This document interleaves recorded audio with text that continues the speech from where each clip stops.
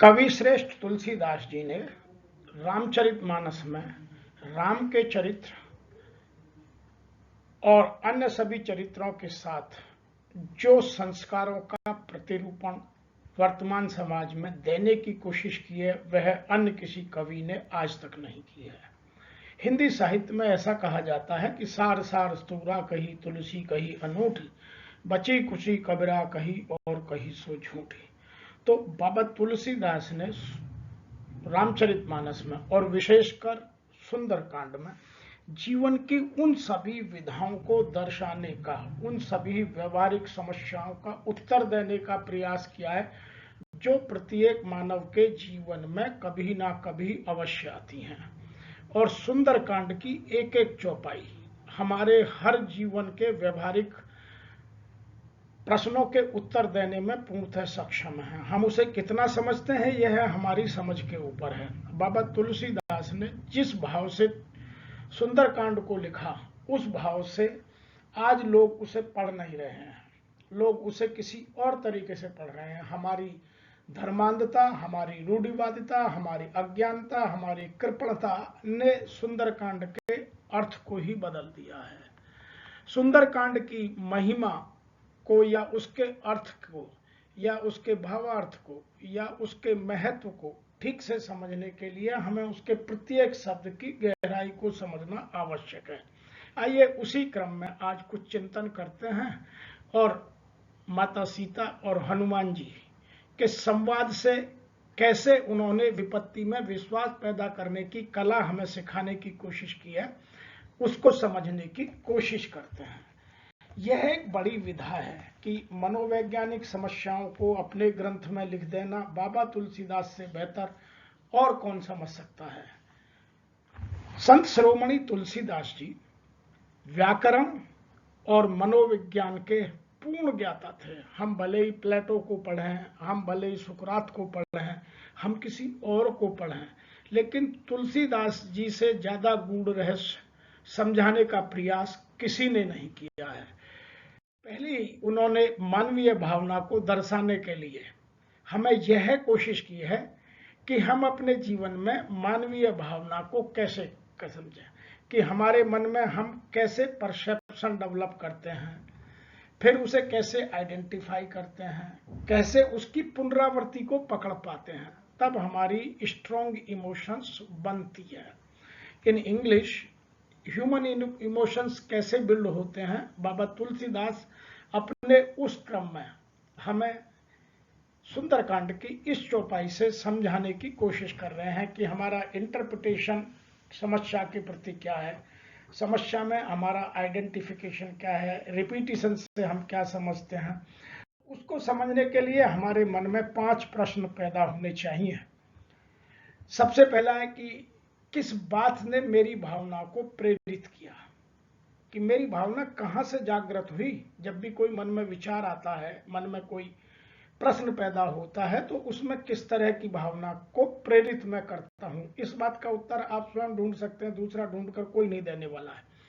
दूसरा प्रश्न अपने आप से करें, 2 दिनों की अवधि में मैं उन्हें किस चीज ने बढ़ावा दिया, जो थॉट मेरे में आया था जो अभी तक कंटिन्यू कर रहा है, पिछले 2 दिनों में उस थॉट को बढ़ाने में किन किन का योगदान रहा, जो बार बार उस थॉट को मुझे सबल बनाने के लिए, प्रबल बनाने के लिए प्रेरित कर रहे हैं, वो कौन सी चीजें हैं।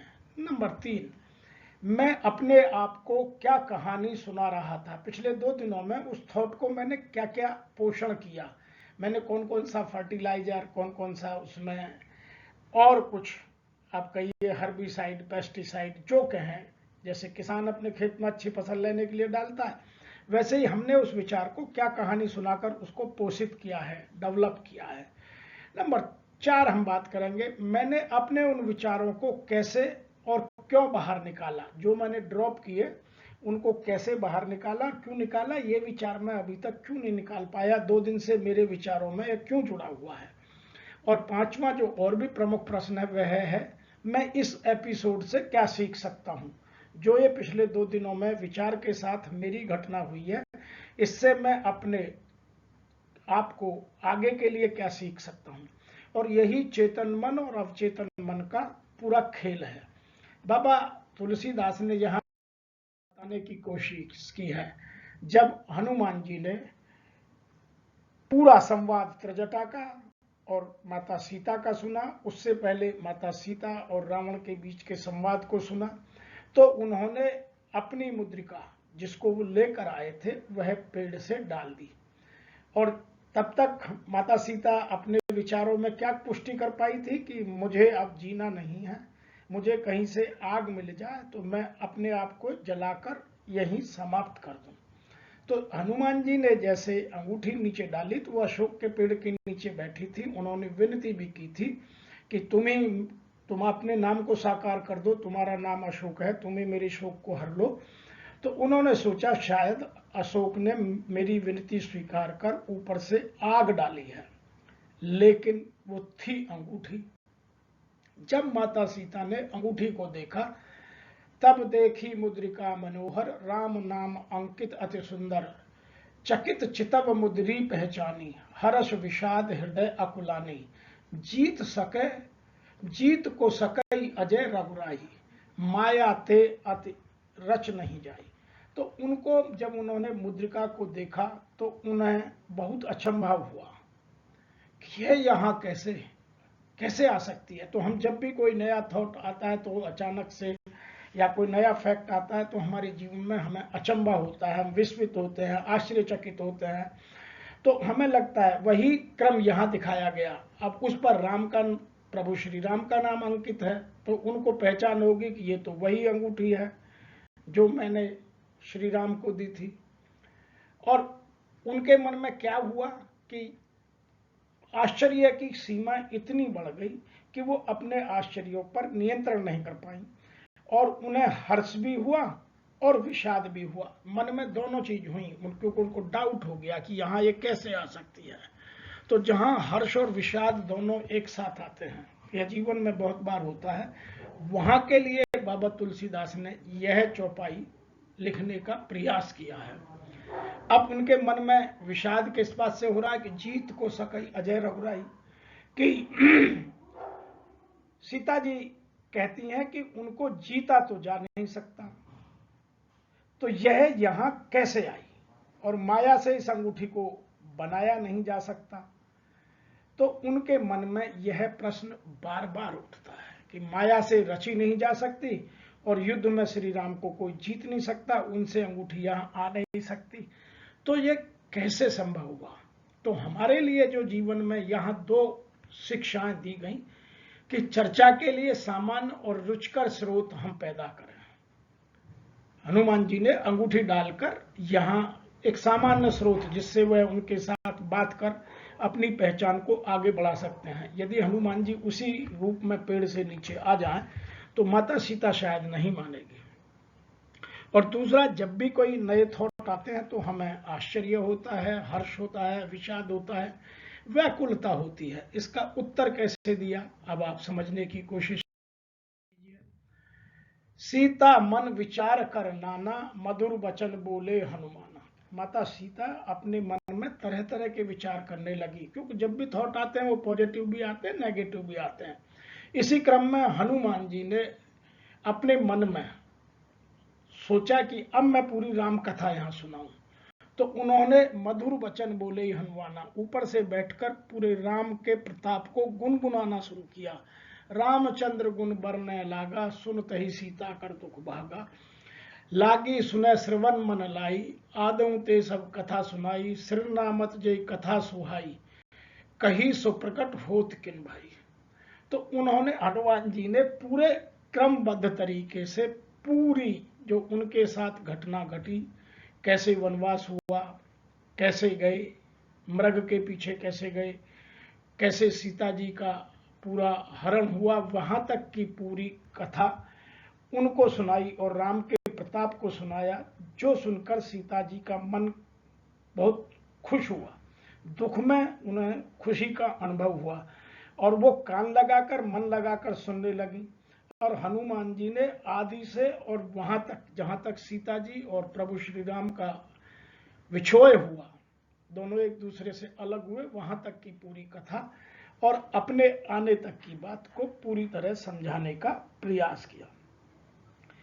तो सीता जी के मन कानों में यह बात अमृत की तरह सुंदर लग रही थी और उन्होंने तब कहा कि भैया आप कौन हो जो ये कथा सुना रहे हो, आप मुझे मेरे सामने प्रकट हुई है और आप मुझे दर्शन दीजिए, मुझे बताइए। तो हम जब कभी भी किसी को अपना कोई विश्वास दिलाना चाहते हैं तो जो उसके व्यथा की स्टोरी है उसको एक पूरे क्रम में सुनाएं ताकि उसको लगे कि हाँ यह आदमी मेरे तथ्यों को जानता है और मुझ में कुछ विश्वास रखता है, मुझ में कुछ इसका इंटरेस्ट है, मुझ में कुछ हित है। और जब विश्वास के निकट हो जाए, सामने वाला उसकी एक्सेप्ट कर ले, उसको एक्सेप्टेंस में बदल ले, तब आप उसके सामने अपनी बात को रखिए। यहाँ बाबा तुलसीदास जी ने तभी हनुमान जी को से नीचे उतारा है, तब हनुमंत निकट चल गया फिर बैठी मन में विस्मय भव। तो हनुमान जी तब पेड़ से नीचे उतर कर आए और उन्होंने सीता जी ने फिर अपना, क्योंकि सीता जी पर पुरुष को देखना नहीं चाहती हैं, तो उन्होंने हनुमान जी की तरफ पीठ की और दूसरी तरफ को मुंह करके बैठ गई और आश्चर्य में पड़ गई। तो अपना आत्मविश्वास यहाँ इसलिए विकसित रहना चाहिए, डेवलप होना चाहिए कि सामने वाला अपने संस्कारों के हिसाब से अपना व्यवहार करेगा। क्योंकि यहाँ माता सीता विरह में हैं, अकेली हैं, पूरी तरह दुखित हैं, व्यथित हैं, तो वे पर पुरुष को देखना नहीं चाहती हैं। विश्वास हो नहीं रहा है कि रावण उन्हें हरण करके लाया है, अभी तक अपने पक्ष का कोई आया नहीं है। तो उन्हें यहाँ हनुमान जी को देखकर भी विश्वास अभी तक नहीं हुआ। आगे क्या लिखा गया है? राम दूत में मातु जानकी सत्य शपथ करना निदान की। हनुमान जी ने पीठ पीछे से ही हाथ जोड़कर कहा कि मैं माता राम का दूत हूं। और हनुमान जी ने वहां दो शब्द बोले, सीता नहीं बोला, माता जानकी, और दूसरा सत्य शपथ करुणा निधान की। और राम का करुणा निधान नाम जब रखा सीता जी ने, तो ये बात केवल सीता जी जानती थी और कोई नहीं जानता था। तो उनको यह अचंबा हुआ कि मुझे जानकी के नाम से भी जानता है और करुणा निधान की कहानी भी जानता है, यह वास्तव में कोई नजदीकी पुरुष हो सकता है। तो हम जब कभी भी किसी को विश्वास दिलाएं तो विनती के साथ अपना वास्तविक परिचय दें, जितनी जानकारी हम रखते हैं, ताकि सामने वाला उनको स्वीकार करे और सामने वाले की स्वीकारोक्ति होते ही विचारों का आदान प्रदान आगे बढ़ने लगता है। अगला क्रम क्या लिखा है? यह मुद्रिका मात में आनी, दीनी राम तुम कहे सैदानी। कि आप सामने वाले को पूरा डेटा दें। यहां हनुमान जी ने विनती के साथ कहा कि माता यह मुद्रिका मैं लाया हूं, यह आग का टुकड़ा नहीं है और यह मुझे भगवान श्री राम ने दी है कि मैं आपको जाकर दूं। और उन्होंने वह पूरी कथा सुनाई कि मुझे किस तरह से दी है, जब मैं वहां से आपकी खोज में चला तो मुझे किस तरह दी है। अगला उन्होंने और एक चित्रण किया,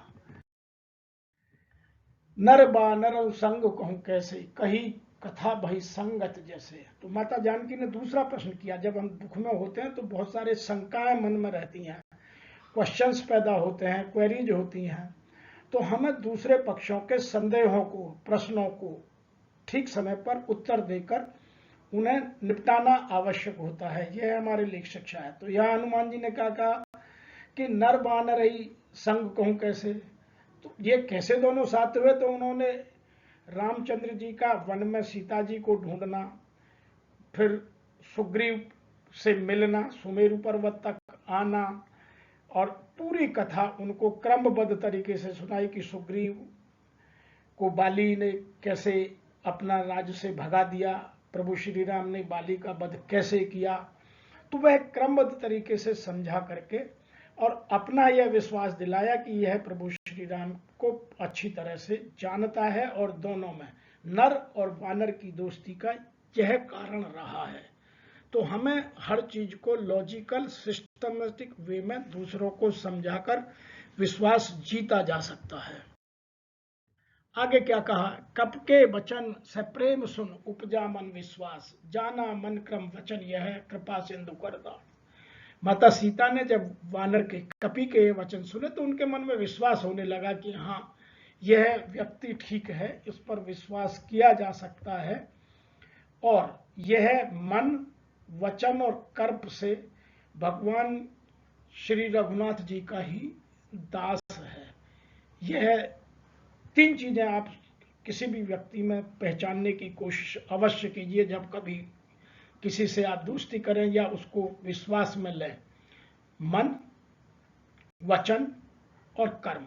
वह किस तरह का मन रखता है, किस तरह के वचन बोल रहा है और किस तरह के कर्म कर रहा है, उसका व्यवहार किस तरह का है और उसके विचारों में सहानुभूति का उच्चतम स्तर है या नहीं है। यदि वह बनावटी होता है तो सहानुभूति नजर नहीं आती है। तो इस क्रम में बाबा तुलसीदास जी ने हनुमान जी के व्यवहार में तीनों चीजें दिखाने की कोशिश की है, मन से भी, वचन से भी, कर्म से भी और सहानुभूति से भी। आगे क्या लिखा है, हरिजन जान प्रीत अतिकाड़ी, सजल नयन पुलकावल बाड़ी, बूरत बिरह जलध हनुमाना, भय उतात मो कहूं जल जाना, अब कहूं कुशन जाऊं बलिहारी, अनुज सहित दुख भवन खरारी, कोमल चित्र कृपालु रघुराई, कप के हेतु धरी निठराई, सहज मान सेवक सुखदायक, कबहु सुरत करत रघुनायक, कबहु नयन मम शीतल ताता, होई निरख श्याम मृदु गाता, वचन न आव नयन भर भारी, अहो नाथ हो निकट विशारे। तो माता सीता को जब विश्वास हो गया तो उन्होंने अपनी पूरी व्यथा क्रमबद्ध तरीके से हनुमान जी के सामने रख दी। और हमारे जीवन में भी जब सामने वाला हम पर विश्वास रखता है, दुखित होता है, तो अपने दुख को कम करने के लिए पूरे क्रमबद्ध तरीके से हमें समझाता है। तो यहाँ माता सीता ने उनको क्या क्या बताया है जरा समझने की कोशिश कीजिए, ताकि हम अपने जीवन में इन चीजों को उतारकर जीवन को उत्कृष्ट बनाने की कोशिश करें कि आप भगवान के सेवक हैं, यह मुझे विश्वास हो गया। और उनका मन अत्यंत पुलकित होने लगा।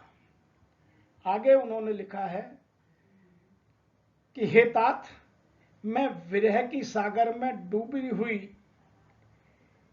के लिए आप मेरे लिए जहाज बनकर आए हो, मैं जिसमें बैठकर पार हो सकती हूं। तो जो डूबते को तिनके का सहारा हिंदी की कहावत है, वह शायद यहां से चरितार्थ होती नजर आती है। आगे लिखा है, अब कहूं कुशल जाऊं बलिहारी, अनुज सहित सुख भवन सुमारी, मैं तुम्हारी बलिहारी जाती हूं।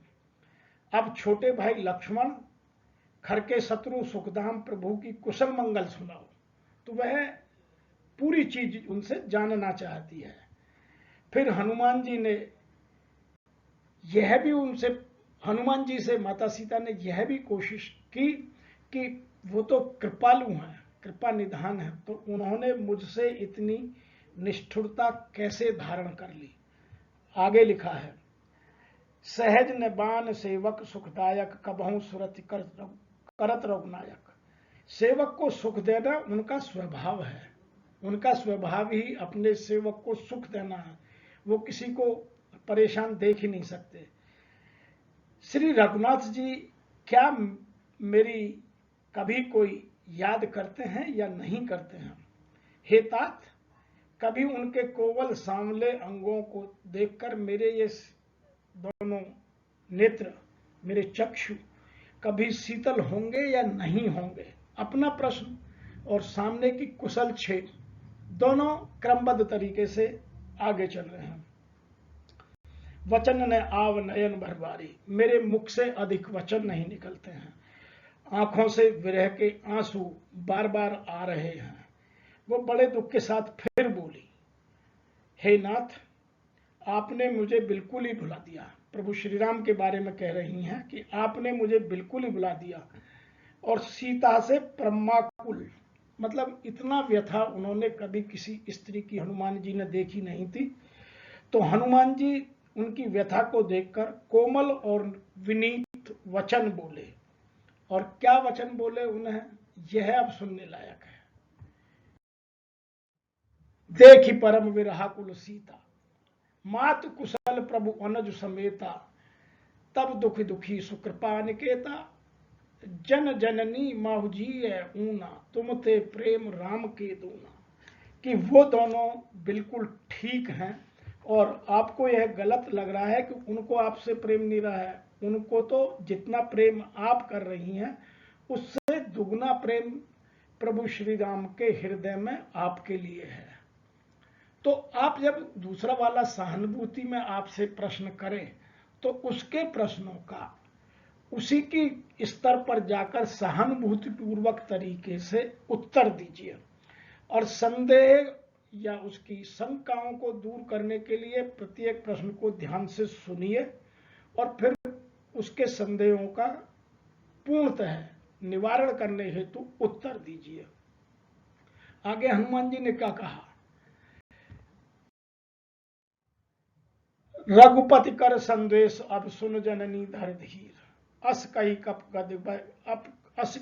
गद गद भयु बरे बिलोचन नीर। तो हे माता, जब उन्हें विश्वास हो गया कि हमारा संवाद का क्रम आगे चल रहा है तो उन्होंने कहा कि हे माता, अब आप धीरज धरकर रघुनाथ जी का संदेश सुनिए। मैं जिस काम को लिए आया हूं, जब मेरी और आपकी मुलाकात हो गई है तो उनका आप संदेश मैं आपको सुनाना चाहता हूं, उसे आप ध्यान से सुनिए। ऐसा कहकर हनुमान जी ने प्रेम से गदगद होकर और नेत्रों में अश्रु जल भरकर अपना पूरा वर्णन कहना प्रारंभ किया।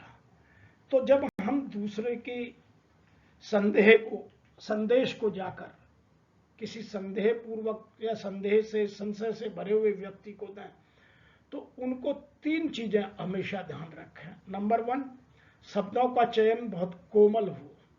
नंबर 2, शब्दों का सरलता इतनी हो कि सामने वाला उन शब्दों को पकड़ सकता हो।